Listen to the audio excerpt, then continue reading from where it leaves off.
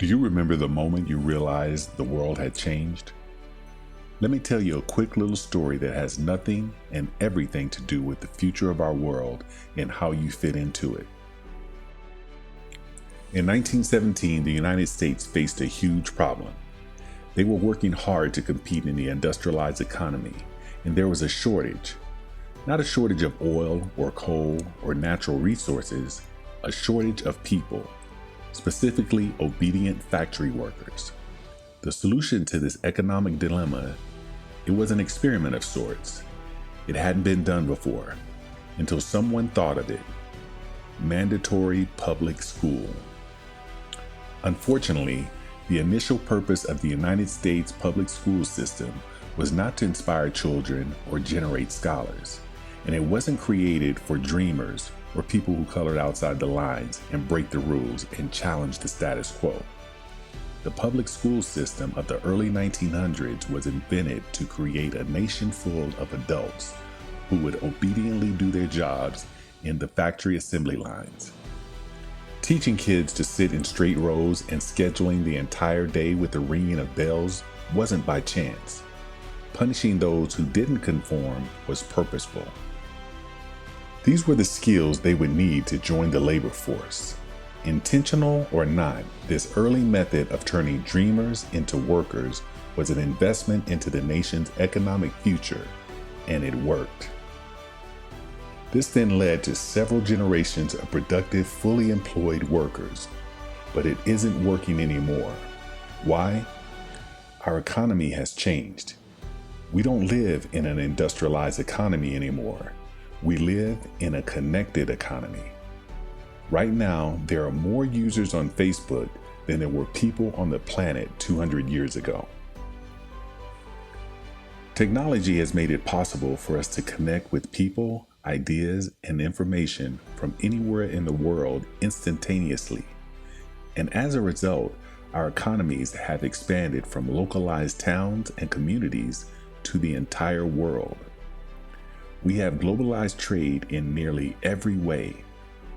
In the past, the obedient, do what you're told without question people were rewarded for working hard and putting their dreams aside in order to toe the line. They were given well-paying jobs that led to long-term careers. They were guaranteed pensions, benefits, and promises that they would always be taken care of. And they were. But that promise is gone for most of us today. Even if you have a white-collar job, the majority of white-collar workers are still working in a factory. Instead of operating a sewing machine or welding a widget, they now push pencils, type on keyboards, or process paperwork. It's still factory work because the entire focus of the day is spent on increasing productivity, which leaves little room for creativity, spontaneity, or individuality. The educated, hardworking masses are still doing what they're told, but they're no longer getting what they deserve. Even if you do everything that you're told to do today, graduate from high school, go to college, get a degree, work hard in whatever job you can find, if you're lucky enough to find one, you're not guaranteed anything. Companies are being forced to change or die right now.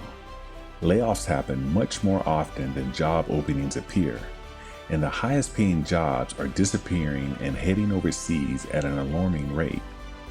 If you have a job where your boss tells you exactly what to do, he or she will always find someone cheaper than you to do it. Did you know the average length of a job today is about 4.5 years? Contrast to the 1960s where it was 40 years. The connected economy rewards a different group of people. It rewards the people who see things differently, who don't conform.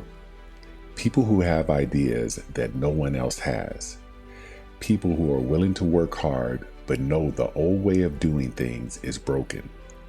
The connected economy rewards you for not being a cog in the wheel of life, but for standing up and reaching out.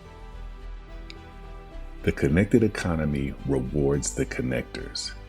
Whether it's connecting a person to a person, a business to a business to a product, or a product to a person. Those who learn how to connect are the ones who will survive and excel in the connected economy. This is how the world has changed. It's not about to change, it already has. Things are different now, and they're not going back to the way they used to be. Look at Facebook. What's their product? It's you. Your network, your information, your ideas, they all have value. Does Facebook pay you for the money they make selling your information to advertisers? No. But we still use it because we have an innate desire to connect with people. In fact, neuroscientists have found that we are actually hardwired to connect with each other. Some people know how to leverage this innate ability in today's economy, but most don't. And because they don't know how to do it, most of them are paralyzed with fear, resisting the shift despite clear indications telling them it's time to change. In 1917, a group of people performed an experiment that forever changed the way we earned a living. The world today is facing another huge problem. We're facing a shortage of our own. Not a shortage of factory workers or consumers. The world has enough of those. We have a shortage today of dreamers and connectors. And so, we're holding our own little experiment, and you happen to be the subject of it. This 8-minute presentation was specifically designed to seek out and find connectors around us. Those who recognize that we are on the brink of the next economic revolution, who are ready to thrive in the connected economy and are searching for the best way to do it. The internet and technology are rapidly changing the way that we do everything today, including how we make a living. It's not too late to embrace the change and find a way to make yourself relevant and profitable in our brave new world. And that's why we've invited you here today. We've created something that rewards you for connecting. It pays you for bringing people together behind a cause and an idea. And we have systematized it and made it so that you can do it from anywhere with anyone at any time. If you are passionate about helping people, if you are passionate about changing lives, if you want to position yourself to be a capitalizing force within the connected revolution instead of just a bystander, let's start now.